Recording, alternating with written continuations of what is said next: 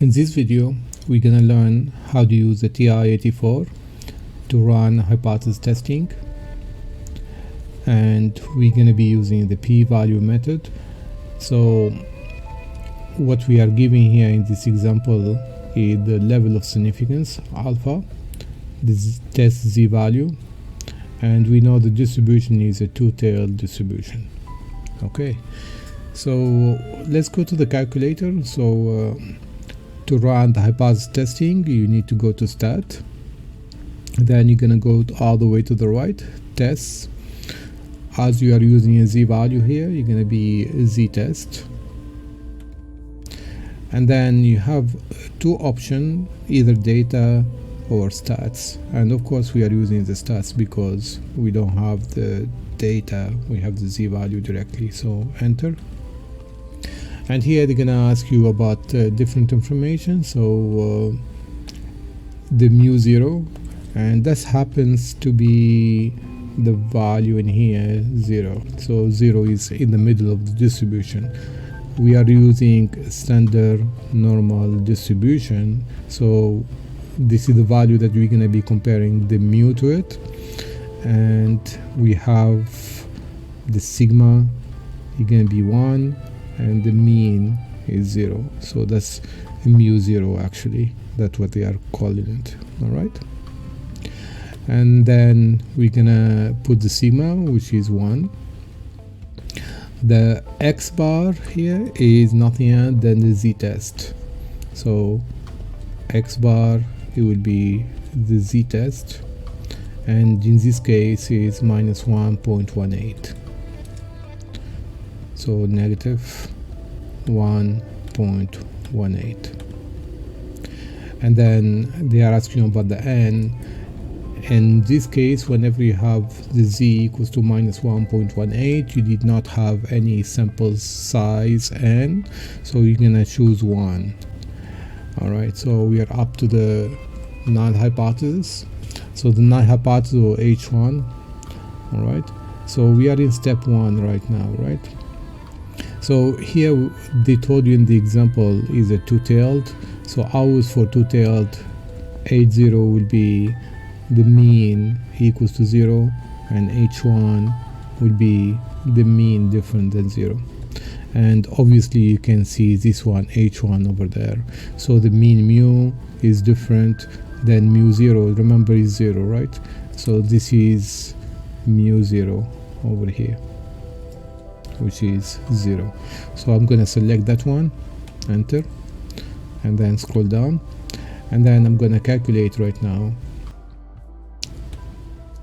and I'll be getting p-value equals to 0.2380. Now what the meaning of this, if I go back to stat and the same place, test, z-test, and stats again, and I'm gonna go all the way down, and let's say instead of calculate, I'm gonna draw it. So the calculator could draw this for me, and that shaded area is nothing else than the p-value drawn, right? So basically what is calculator saying, the value here z equals to minus 1.18, and the value z equals to 1.18.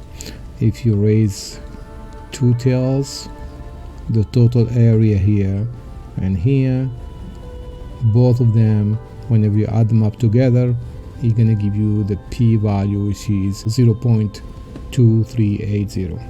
all right, now let's go over the steps. So step number 1 is done here.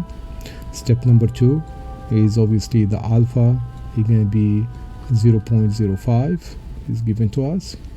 Now the third step we have it is z-stat is equal to minus 1.18.